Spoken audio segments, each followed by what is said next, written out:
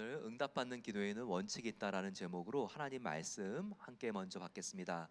예레미야 29장 12절과 13절 말씀입니다. 예레미야 29장 12절과 13절 말씀 저희들 한 절씩 교독하겠습니다. 제가 먼저 받습니다. 너희가 내게 부르짖으며 내게 와서 기도하면 내가 너희들의 기도를 들을 것이요 너희가 온 마음으로 나를 구하면 나를 찾을 것이요 나를 만나리라. 아멘. 운동이든 우리가 살아갈 때 참 중요한 것은 기본입니다. 베이직이 중요합니다. 뭔가 한번 반짝 잘하는 게 아니라 기본이 중요하다는 것은 우리가 인생을 살아오면서도 느꼈을 겁니다. 항상 들쑥날쑥 그리고 또한 비일관적인 그런 몇 번의 성공보다도 꾸준한 것, 이것이 학업을 하거나 연구를 하거나 운동을 하거나 어떤 일을 성취하는 사람에게 있어서 정말 중요한 것을 알 수 있습니다. 하지만 운동과 사업이나 그런 어떤 분야보다도 기본이 중요한 한 영역이 있습니다. 바로 그것은 우리의 영성이고 신앙입니다. 한번 뭔가 이렇게 좀 우리가 짜릿한 경험을 하기 위해서 기도의 자리에 나오고 말씀을 읽는 것보다 좀 그런 이렇게 뭔가 클라이막스 한번 반짝하는 그런 일은 없다 할지라도 꾸준하게 그렇게 주님을 만나는 그런 기도의 근육을 키울 때 우리의 믿음이 깊어져 가는 경우들이 있습니다. 영성은 언제 자라는가? 새로운 무언가를 추구할 때 영성이 자라는 게 아니라 뭔가 지루함을 견디면서 우리의 영성에 생장점이 터지는 경우들이 많이 있습니다. 그래서 우리가 뭔가 기도가 말씀을 읽는 게 지루하다 할지라도 거기서 포기하는 것이 아니라 항상 기본을 지키기 위해서 바로 그 자리 그 시간에 하나님을 만나기 위해서 나아가는 것이 참 중요하다는 것입니다. 성경에는 바로 응답받는 기도를 드린 사람들에게 공통적인 기도의 원칙이 있는 것을 발견할 수 있습니다. 이 원칙은 베이직이라고 할 수 있죠. 이렇게 공통적으로 발견되는 원칙, 이것을 우리도 배울 수 있다면 그 공통적인 주파수에 나의 기도의 습관과 나의 기도의 자세를 이 주파수에 띄울 수만 있다면 우리는 정말 응답받는 기도를 성경의 인물들만 체험하는 것이 아니라 우리도 우리의 삶을 통하여 체험할 수가 있는 것입니다. 그러면 응답받는 기도의 원칙은 무엇일까요? 오늘 저희가 두 가지 핵심을 함께 배워보기를 원합니다. 첫 번째는 응답받는 기도는 간절히 부르짖을 때 이루어집니다. 저를 한번 따라해 주시면 감사하겠습니다. 간절히 부르짖으십시오. 간절히 부르짖으십시오. 간절히 부르짖는 가운데 응답이 있습니다. 그러면 부르짖는 기도는 무엇인가? 이 기도는요, 전심으로 주님을 찾는 간절하고 절박한 자세로 마음에 가득한 것을 입술의 소리로 표현하는 것, 바로 이것이 부르짖는 기도입니다. 한번 보시기 바랍니다. 수로보니게 여인이 자기의 자식을 고쳤을 때 그때 어떻게 그녀가 예수님께 나아갔습니까? 그녀의 자세는 간절하게 부르짖는 것이었습니다. 예수님께서 자기의 딸을 고쳐달라고 하는 예수님께 부탁을 했는데 예수님의 반응이 약간 그녀가 느끼기에 시큰둥한 것 같자 물러서지 않습니다. 그러면서 사람도 이렇게 식사를 하다가 뭔가 이렇게 식탁에서 부스러기가 떨어지면 개가 부스러기도 주워 먹지 않습니까? 저도 예수님의 그 은혜의 부스러기를 주워 먹을 수 있도록 그렇게 은혜 부스러기를 주십시오. 내 딸을 고쳐달라는 이야기죠. 그 당시에 수로보니게 지역은 유대인들이 개라고 부르면서 그 이방인들을 조롱을 했죠. 그런데 자기 자신을 개로 비유하는 것을 그녀가 부끄러워하지 않으면서 예수님께 간절히 부스러기 은혜를 구걸하듯이 매달리면서 자기의 자녀를 고쳐달라고 그렇게 그 그녀가 애타게 부르짖고 있습니다. 소경 바디메오를 볼까요? 소경 바디메오는 눈이 보이지 않았죠. 장애인이었습니다. 그런데 제자들이 아주 짓궂은 질문을 하죠. 이 사람이 지금 보지 못하는 것은 누구의 죄 때문입니까? 그들은 심지어 이런 말도 합니다. 이 바디메오의 부모님의 죄 때문에 이렇게 지금 자식인 바디메오가 눈이 멀었습니까? 여기에 대하여 바디메오는 자존심 상해하지 않습니다. 수로보니게 여인과 바디메오는 똑같이 예수님께 호소하는데요. 이렇게 호소합니다. 다윗의 자손 예수여, 우리를 불쌍히 여기소서. 보십시오. 이와 같은 표현이 굉장히 독특한 표현인데 수로보니게 여인도 그리고 또 소경 바디메오도 예수님께 향해서 부르짖을 때 다윗의 자손이라고 하는 호칭을 사용하고 있습니다. 일반적인 복음서의 초반부의 예수님을 향한 호칭은요, 다윗의 자손이 아닙니다. 나사렛 예수여입니다. 그런데 왜 소경 바디메오와 수로보니게 여인은 나사렛 예수여가 아니라 다윗의 자손이여라고 그들이 예수님의 이름보다도 이렇게 특별한 호칭, 다윗의 자손이라는 호칭을 사용했을까요? 다윗의 자손은 특별히 메시아, 히브리어로는 메시아지만 헬라어로는 그리스도죠. 이 그리스도 메시아를 표현을 할 때 다윗의 자손이라고 하는 표현을 그 당시 사람들이 사용했습니다. 즉 소경 바디메오와 이 수로보니게 여인은 이방인이었고 장애인이었는데도 불구하고 예수님이 누구인가에 대한 확실한 예수님의 정체를 알고 있었다는 것입니다. 바로 그분은 하나님의 아들이다, 하나님이다라고 하는 분명한 예수님의 정체성을 그들이 알고 있었기 때문에 그들이 이렇게 나아가 간절히 부르짖어 매달리며 기도했던 것입니다. 이렇게 우리가 적당히가 아니라 간절히 절박하게 내 마음속에 있는 모든 것들을 토해내듯이 그렇게 부르짖을 때 반드시 선한 하나님의 응답이 있습니다. 그런데 이 부르짖는 기도라는 것은요, 꼭 우리의 육성의 크기, 아주 고함을 지르면서 이렇게 정말 기도하는 것, 그것만을 의미하지 않아요. 소리가 잘 들리지 않는다 할지라도 우리의 마음속에 간절한 마음으로 하나님께 토해내듯이 기도하는 것, 이것도 역시 부르짖는 기도에 포함이 될 수가 있습니다. 성경에 그런 기도를 드린 인물은 누구일까요? 그렇죠. 바로 한나입니다. 너무나 자식을 갖고 싶었던 이 불임 여성 한나, 그녀가 어떻게 기도를 했습니까? 옆에 있는 사람이 들리지도 않지만 입술만 파르르 떨리듯이 그렇게 간절히 몸을 떨면서 눈물을 흘리면서 기도를 하죠. 이것을 보았던 엘리 제사장은 너가 술이 취했구나 이렇게 오해할 정도로 그녀는요 온 마음을 쏟아놓고 기도하는 것을 알 수 있습니다. 바로 사무엘상 1장 15절에 나와 있죠. 요 보시게 되면 한나가 속으로 말하되 입술만 움직이고 음성이 들리지 아니하므로 엘리는 그가 취한 줄로 생각한지라. 한나가 대답하여 이르되 여호와 앞에 내 심정을 통한 것뿐이오니 라고 이렇게 말을 합니다. 그녀는 부르짖어 기도할 때 큰 소리로 그렇게 기도하지 않았지만 전심으로 하나님께 기도했기 때문에 내가 하나님과 지금 통하며 기도하고 있습니다 라고 말하고 있고요. 그녀는 자기의 마음을 쏟아 부었습니다. 저와 여러분들이 정말 큰 소리로 하나님께 간절히 호소하면서 기도할 때 하나님이 그 기도를 귀히 여기시죠.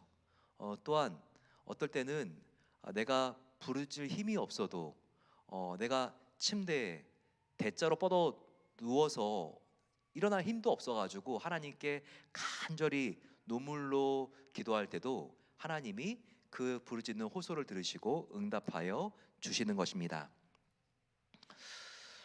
부르짖는 기도의 특성은요, 특별히 기독교만의 독특성이라는 것을 알아야 합니다. 예, 유니크니스, 아주 유니크한 부분이죠. 이 크리스찬이티, 우리 기독교예요. 왜냐하면요, 불교에는 부르짖는 기도가 없습니다. 여러분들 정말 스님들 한번 보세요. 아미타불 감살보살 이렇게 부르짖어서 기도하는 그런 여러분들 스님들 봤습니까? 아니죠. 항상 불교는요, 연불, 그리고 주문, 그리고 수행하는 수준 정도입니다. 왜냐하죠? 왜 그렇죠? 바로 여기는요, 부처와 나의 관계를 확실한 아버지와, 나를 사랑하는 아버지와 자녀 관계로 두지 않습니다. 하지만 우리 기독교는 복음은 어떻죠? 하나님은 아버지예요. 그렇기 때문에 이 아버지한테 친자녀는 달려가서 부르짖을 수 있고, 힘들 때는 애타게 호소할 수 있고, 정말 들어달라고 간구할 수 있는, 강청할 수 있는 권리가 있는 것이죠. 그래서 이 부르짖는 기도는요, 그것도 막 주문 외우듯이 그렇게 부르짖는 게 아니라 맨정신으로, 정말 맑은 정신으로 분명한 의식을 가지고도 부르짖을 수 있는 그런 종교는요, 우리 기독교는 종교도 아니고 생명이지만, 유일한 생명이지만 기독교밖에 없다는 것을 우리는 알고, 이것이 얼마나 대단한 특권인지를 알아야 합니다. 정말 부르짖는 기도는 아버지와 자녀의 관계에서만 할 수 있는 것이죠. 자신이 하나님의 자녀라고 하는 신분 의식이 분명할 때만 부르짖는 기도가 가능한 것입니다. 이것을 예수님께서도 설명해 주시죠. 마태복음 7장 9절부터 11절까지의 말씀입니다.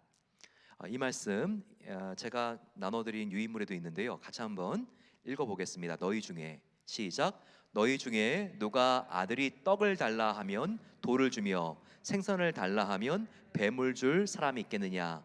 너희가 악한 자라도 좋은 것으로 자식에게 줄 알거든 하물며 하늘에 계신 너희 아버지께서 구하는 자에게 좋은 것으로 주시지 않겠느냐? 아멘. 보세요. 여기 구하는 자라는 게 그냥 구하는 게 아니라 원어로 보면 부르짖어 구하는 걸 말해요. 부르짖어 구하는 자에게 좋은 것을 주시지 않겠느냐? 누가? 바로 너의 천부의 아버지께서, 하나님께서. 여기 보시게 되면 하물며 하늘에 계신 너희 아버지께서, 악한 자도 다른 사람이 아니라 자식에게는 가장 좋은 것을 줄 아는데, 하물며 하늘에 계신 너희 아버지께서 너희가 구한 것을 마다하겠느냐, 짜증을 내겠느냐? 너가 저희가 정말 구하면 이제서야 구하는구나 기다리고 있고, 그거 정말 들어주기를 기뻐하시는 분이 우리의 아버지다라고 말씀하시는 것입니다. 이렇게 우리가 부르짖어 기도할 때에는요, 반드시 응답이 있습니다. 지금 마가복음 7장 9절부터 11절까지의 말씀에도 부르짖는 자에게 좋은 것을 주시지 않겠느냐, 구한 것을 좋은 것으로 주신다는 약속이 있었죠. 그것처럼 적당한 기도가 아니라 부르짖는 기도에는 반드시 선한 응답이 있다는 것을 성경의 여러 부분을 통해서 우리가 확인받을 수가 있습니다. 왜냐하면 부르짖는 기도는요, 우리가 하나님의 성품을 의지하고 부르짖는 거거든요. 특별히 연약한 자를 돌보시는 하나님의 긍휼하신 성품을 우리가 믿기 때문에 그분의 긍휼한 성품을 의지해서 부르짖는 것이거든요. 여기서 하나님을 긍휼한 하나님이라고 말씀을 드렸는데요, 이 긍휼이라고 하는 단어는 스플랑크 니조마이라고 하는 단어인데, 창자가 다 끊어지다라고 하는, 창자가 다 끊어질 만큼의 고통을 갖는 것을 말합니다. 하나님은요, 자녀들이 아파하면 긍휼히 계시는데 창자가 다 끊어질 만큼 그렇게 하나님께서 아파하신다는 것을 우리에게 보여줍니다. 저도 창자가 조금 끊어지는 경험을 해본 적이 있는데, 맹장 염에 한번 걸려서 복막염이 돼가지고 참 힘들고 어려웠던 시간이 있었습니다. 근데 정말 아프더라고요. 아무것도 할 수가 없고 앞도 보이지가 않더라고요. 근데 창자가 한 부분이 아니라 다 끊어지는 그런 아픔, 하나님이 하나님 아버지시지만 또한 따뜻한 모성애가 그 안에 있기 때문에 내가 낳았고 내가 기른 나의 자녀들, 하나님께서 정말 간절히 부르짖고 호소하고 눈물 흘릴 때 귀를 기울이지 않을 수가 없는 것입니다. 그렇기 때문에 누가복음 18장 7절 말씀에도 예수님이 말씀하셨죠. 밤낮 부르짖는 택하신 자들의 원한을 하나님께서 풀어주시리라. 반드시 그 원한을 간절히 계속 강청할 때 풀어주신다고 말씀하시고 약속하셨습니다. 오늘 우리가 읽은 본문에도 예레미야 선지자가 말씀하고 있죠. 너희는 내게 부르짖으며 내게 와서 기도하면 내가 너희들의 기도를 들을 것이요 온 마음으로 나를 구하면 나를 만나리라. 부르짖어 기도하면 하나님께서 들으시고 만나주겠다라고 하는 약속이 여기 있는 겁니다. 또한 부르짖어 구할 때 몸이 아픈 우리를 치료해 주신다고 약속하십니다. 시편 30편 2절 말씀입니다. 여호와 내 하나님이여 내가 주께 부르짖음에 나를 고치셨나이다. 지금 다윗이 이렇게 고치시는 하나님을 믿기 때문에 그 긍휼하심을 의지하여 그가 부르짖고 있습니다. 그렇습니다. 우리가 간절히 부르짖어 기도할 때 하나님은 그 간절한 기도, 절박한 기도를 들으실 수밖에 없는 것입니다. 우리의 영혼의 아버지시기 때문이죠. 구세군의 창시자에게 한 제자가 와서 물었다고 합니다. 윌리엄 부스 선생님, 어떻게 선생님은 그렇게 기도하는 것마다 하나님의 응답이 있습니까? 저희들은 별로 그런 응답이 없는 것 같은데 왜 윌리엄 부스 선생님께서는 그렇게 기도할 때 강력한 하나님의 응답이 있습니까? 그랬더니 그가 이렇게 말했다고 하죠. 나의 기도가 응답받는 비결이 있다면 기도할 때마다 목숨 걸고 기도하기 때문입니다 라고 말하고 있습니다. 우리가 정말 습관적으로 기도하는 것이 아니라 그 기도를 하나님께 드릴 때 우리가 정말 우리의 최선을 그 안에 담아서 목숨 걸고 생명 걸고 우리가 기도할 때 하나님은 정말 그 기도를 기뻐하시고 응답하시는 하나님이십니다. 첫 번째 기도의 원칙이 간절히 하나님께 부르짖는 것이라면 두 번째 원칙은 무엇일까요? 그것은 믿음입니다. 기도한 대로 우리가 믿는 것입니다. 마가복음 11장 24절에는 예수님이 이것을 그대로 우리에게 알려주고 있죠. 정말 이 원칙 그대로입니다. 예수님이 알려주신 원칙이죠. 그러므로 내가 너희에게 말하노니 무엇이든지 기도하고 구한 것은 받은 줄로 믿으라. 그리하면 너희에게 그대로 되리라. 예수님의 말씀입니다. 우리는 내 자신을 바라보게 되면 우리의 문제에 함몰되게 됩니다. 그대로 깔아 뭉개지게 되는 거죠. 하지만 우리가 문제를 바라보는 게 아니라 하나님을 바라보게 되면 문제보다 크신 하나님을 우리가 바라볼 수가 있기 때문에 우리가 의심하지 않고 하나님께서 도와주실 것을 믿게 됩니다. 그래서 우리가 정말 기도할 때 하나님께서 이 문제 해결자인 것을 믿고 기도하는 게 중요해요.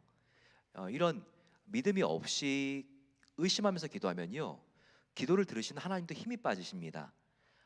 나의 전능한 함도 믿지 못하고 기도하는데 내가 어떻게 이 기도를 들어주겠니? 정말 이런 마음을 하나님이 가질 수가 있는 것이죠. 그러면 우리가 어떻게 기도하는 것이 기도한 대로 믿고 기도하는 것입니까? 그것은요, 기도할 때 우리가 나의 상황만 하나님께 보고하는 그런 기도로 끝내지 말고 하나님이 해결해 주실 것을 믿고 끝내는 기도의 습관을 갖는 것입니다. 자, 이게 무엇일까요? 우리가 기도할 때요, 우리의 염려와 근심과 걱정, 넋두리만 우리가 하나님께 다 그냥 이렇게 털어놓고 끝내는 경우들이 많아요. 하나님, 나에게는 이런 문제도 있고 자녀는 지금 저런 문제로 힘들어하고 나의 속은 지금 너무나 정말 들끓고 힘들고 내 몸은 지금 아프고, 그거로 끝내는 게 아니라 이런 상황 보고로 기도를 끝내는 게 아니라 하나님께서 내가 이렇게 하나님께 아뢰어 드렸는데 선하게 인도해 줄 줄로 믿습니다 라고 하고 기도를 끝내는 게 참 중요하다는 거예요. 정말 그렇습니다. 한번 마태복음 8장을 보세요. 거기 보게 되면요, 자기의 신하가 너무나 아파가지고 예수님께 온 백부장의 이야기가 나옵니다. 그런데 그 백부장이 이방인이었지만 얼마나 믿음이 있습니까? 지금 다른 막 보게 되면 율법사나 이런 서기관들은요, 예수님이 신방을 와 주셔서 나의 아들을 손을 만져가지고 그렇게 해주셔야지 낫는다는 믿음이 있는데, 그것도 간신히 있는데, 이 이방인 백부장은 보세요. 예수님 오실 필요가 없습니다. 여기서 말씀만 하시면 나의 신하는 나을 줄로 믿습니다. 그가 이렇게 담대하게 고백하잖아요. 자기의 신하가 아프다는 것만 상황 보고만 한 게 아니에요. 여기서 예수님께서 말씀만 하시면 나을 줄로 믿습니다. 이렇게 그가요, 선한 기도한 결과가 있는 것을 선포하니까 하나님께서 그 병을 낫게 하시잖아요. 예, 그렇습니다. 참 우리가 기도할 때 주님, 내가 이런 문제를 하나님께 아뢰드렸는데 선하신 주님께서 이루어 주실 줄로 믿고 나는 나아갑니다. 이렇게 우리가 기도할 때 하나님은 그 기도를 믿음의 기도로 기뻐 받으시고 응답하시는 겁니다. 그렇기 때문에 야고보서도 기도 응답받는 조건에 있어서 의심하지 말고 믿음으로 기도할 것을 이렇게 강조하고 있죠. 야고보서 1장 6, 8절 말씀을 한번 보시기 바랍니다. 같이 한번 야고보서 1장 6, 8절 말씀 유인물에 있죠. 같이 한번 읽어보겠습니다. 오직 믿음으로, 시작. 오직 믿음으로 구하고 조금도 의심하지 말라. 의심하는 자는 마치 바람에 밀려 요동하는 바다 물결 같으니 이런 사람은 무엇이든지 주께 얻기를 생각하지 말라. 두 마음을 품어 모든 일에 정함이 없는 자로다 라고 말하고 있습니다. 기도할 때 의심하는 자는 어떤 것과 같다고 비유하고 있죠? 보게 되면 바람에 밀려 요동하는 바다 물결 같으니. 여러분, 바다가 호수 같은 거 보셨습니까? 바다는 절대 한순간도 잔잔하지 않죠. 파도가 계속 치는 것처럼 바다는 흔들립니다. 근데 혹시 저와 여러분들의 마음이 항상 이런 상태 아닙니까? 예수님이 우리와 함께 하시고 지켜주시기 때문에 오늘 우리가 은혜로운 찬송 불렀듯이 주 안에 있는 나에게는 땅 근심이 없고 항상 안전한 포구 같아야 되고 그리고 호수 같아야 되는데 항상 바다 물결같이 흔들리고 있지 않습니까? 이게 의심하는 자의 마음의 요동과 떨림이라는 거죠. 그런데 왜 이런 일이 발생한다는 거죠? 야고보서가 정확히 이 부분을 알고 있죠.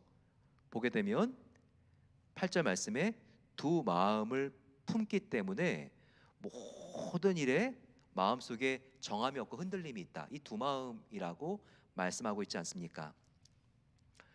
믿음을 가지고 기도하지 못하고 의심을 품는 것은 다른 게 아니에요. 두 마음을 품는 겁니다. 두 마음을 품는 것은 하나님과 일상 사이의 저울질하는 거예요. 하나님과 일상 그 사이에서 우리가 마음이 나뉘어지는 것을 말합니다. 여러분, 큰 문제보다 위험한 게 있어요.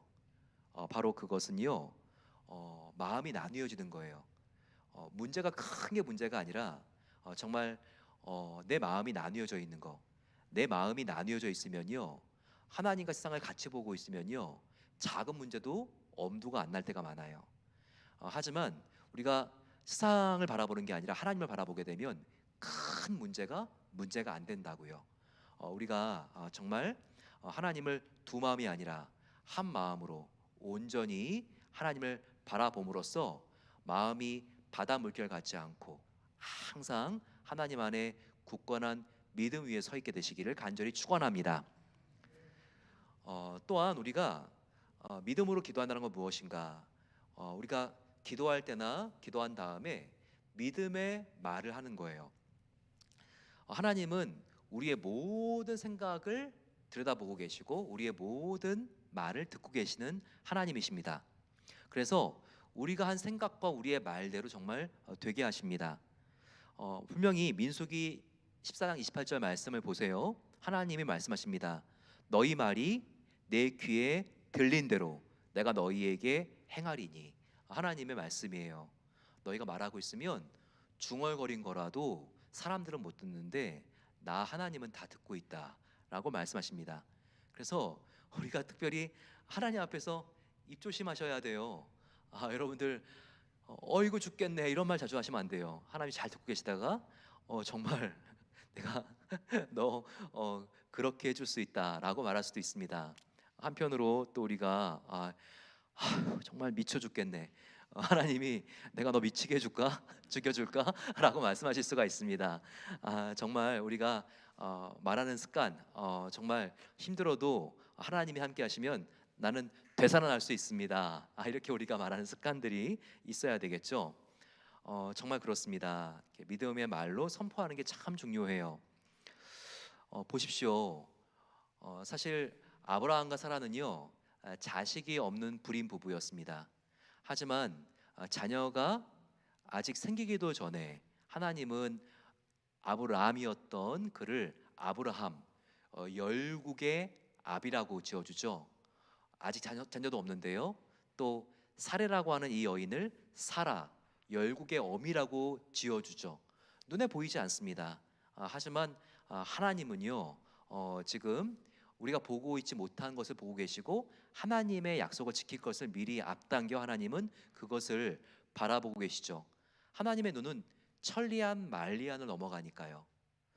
그렇기 때문에 저와 여러분들 아브라함을 아브라함으로 불러준 것처럼 사라를 사라라고 불러준 것처럼 그렇게 우리가 믿음의 기도를 드렸으면 믿음의 말을 우리가 해야 되는 것입니다. 그리고 또 중요한 것은 말만 중요한 게 아니라 우리가 믿음의 행동을 해야지 그 믿음이 이루어진다는 거예요. 항상 성경에서 이 기도가 응답된 원리들을 보세요. 그러면요 이루어지지 않았는데 이루어진 것처럼 살아갈 때, 행할 때 그 일이 이루어집니다. 우리가 여호수아와 이스라엘 백성들이 요단강을 건넌 모습을 보시기 바랍니다. 믿음으로 여호수아는요 요단강을 건널 수 있는 것처럼 강물에 들어갔을 때, 강물에 들어가기 전이 아니라 강물에 첫 발을 담갔을 때 강물이 멈추고 그 요단강을 건널 수가 있었습니다. 베드로도 마찬가지입니다. 베드로가 그가 의심이 많았지만 이 순간에는 믿음을 가지고 믿음으로 물 위를 걸을 수 있는 것처럼 정말 그 물 위에 첫 발을 내딛기 시작했을 때 바로 그때 그가 이 강을 건널 수가, 이 호수를 건널 수가 있었던 것이죠. 마찬가지입니다.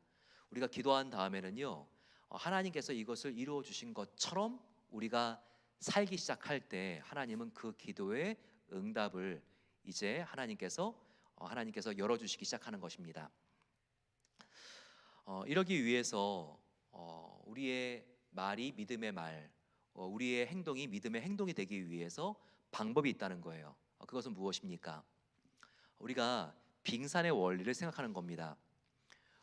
우리가 북극으로 가거나 특별히 알래스카 그 위로 올라가게 되면요 큰 빙산들이 있잖아요.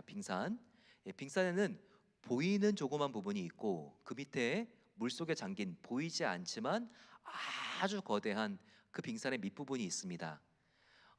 우리의 말과 행동, 보이는 부분들은요 그냥 빙산에 보이는 부분에 불과하다는 거예요. 사실 우리의 말과 행동은 어디 영향을 받느냐? 보이지 않는 영역, 바로 우리의 감정의 영향을 받는다는 거죠. 따라서 나의 마음이 두려워하고 나의 감정이 의심 속에 쌓여 있으면요 말과 행동도 늘 의심하고 또 우리가 항상 주저하는 그와 같은 행동과 말이 나온다는 거죠. 하지만 그 밑에는 감정이 있고 보이지 않지만 감정 아래는 감정을 움직이는 생각이 있다는 것입니다. 따라서 우리의 생각과 감정, 이 보이지 않는 부분들을 우리가 잘 믿음으로 갖고 나가야지만 보이는 부분, 표현되어지는 부분인 우리의 말과 행동, 우리의 부르짖는 기도에도, 기도한 다음에 우리의 행동에도 말에도 믿음이 생길 수 있다는 거죠. 따라서 우리가 항상 우리의 마음과 영혼의 관리를 잘해야 됩니다. 하나님, 나의 마음이 갈라지지 않을 수 있도록 도와주시고 주님만을 바라보고 한 마음이 되어서 정말 이와 같은 믿음이 가득 담긴 생각과 감정을 통하여 나의 말, 나의 행동이 믿음으로 나아가기로 합니다. 그럴 때 우리는 믿음의 사람이 될 수 있습니다. 그리고 우리가 기도한 대로 믿고 구하고 그리고 간절히 하나님께 부르짖어 구함으로써 하나님께 구한 것마다 선한 하나님의 인도를 받을 수가 있습니다. 이와 같은 믿음을 가지고 우리와 함께 이 시간 하나님께 나의 기도하는 것보다 더욱 응답하신 하나님 찬양하며 하나님께 나아가겠습니다.